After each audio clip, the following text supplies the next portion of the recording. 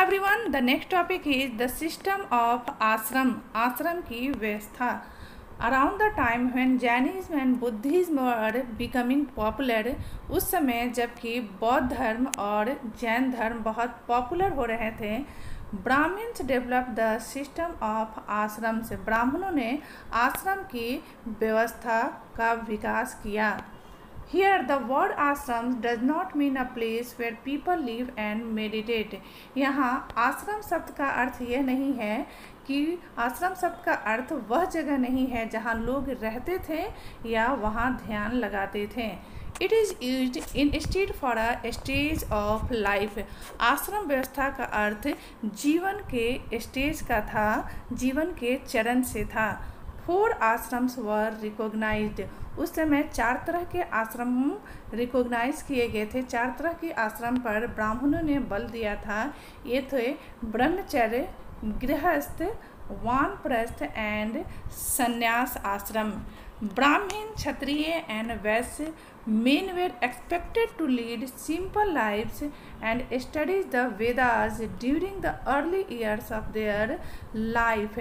तो ब्राह्मणों, क्षत्रिय और वैश्य से यह एक्सपेक्ट किया जाता था, यह आशा की जाती थी कि अपने जीवन के प्रारंभिक समय में यह बहुत ही साधारण जीवन व्यतीत करेंगे और साथ ही साथ वेदों का अध्ययन करेंगे, जिसे कि ब्रह्मचर्य कहा गया है।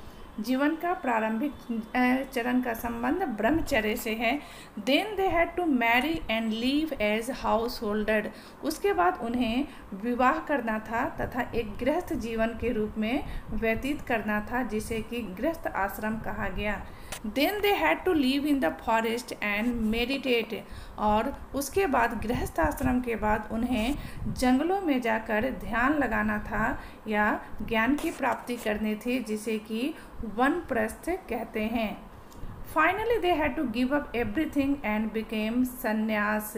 और अंत में उन्हें सब कुछ त्याग देना था और संन्यास आश्रम का पालन करना था। The system of ashrams allowed men to spend some part of their lives in meditation। और आश्रम का ये जो व्यवस्था था, यह लोगों को इस बात की आज्ञा देता था कि वह जीवन के कुछ समय मेडिटेशन में व्यतीत करें। Generally women were not allowed to study the Vedas. सामान्यतः औरतों को वेदों की अध्ययन करने की अनुमति नहीं थी। And they had to follow the ashram chosen by their husband.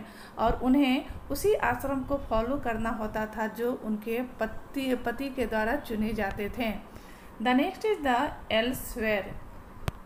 So it is about the Iran. Zoroaster was an Iranian prophet. Zoroaster जो थे वह ईरान के एक पैगंबर थे। His teachings are contained in a book called the Avesta. उनके शिक्षाओं को एक बुक में लिखा गया है जिसे कि अवेस्ता के नाम से जाना जाता है। The language of the Avesta and the practices described in it very similar to those of the Vedas. और अवेस्ता में जिस भाषा का इस्तेमाल किया गया है तथा जिन रीति रिवाजों के बारे में डिस्क्राइब किया हुआ है, वह बहुत कुछ हमारे वेदों से मिलती जुलती हैं। The basic teachings of Zoroaster are contained in the maxim good thoughts, good words and good deeds. तो जोरास्टर के जो बेसिक शिक्षा थे, जो मूल शिक्षा थे, वह इस बात पर बल देते थे, सद्विचार या अच्छे विचार, गुड वर्ड्स दैट मीन्स सद्वचन, अच्छी वाणी, and good deed that means अच्छे कर्म। Lord grant strength and the rule of truth and good thinking by means of which one shall create peace and tranquility। और इसमें यह कहा गया हुआ था कि ईश्वर हमें यह ताकत दें जिससे कि हम सत्य के नियमों का पालन करें, अच्छे विचार रखें, जिससे कि दुनिया में शांति की स्थापना हो सके। For more than 1,000 years, Zoroastrianism was a major religion in Iran.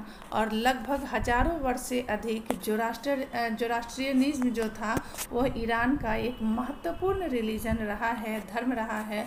Later, some Zoroastrians migrated from Iran and settled down in the coastal towns of Gujarat and Maharashtra.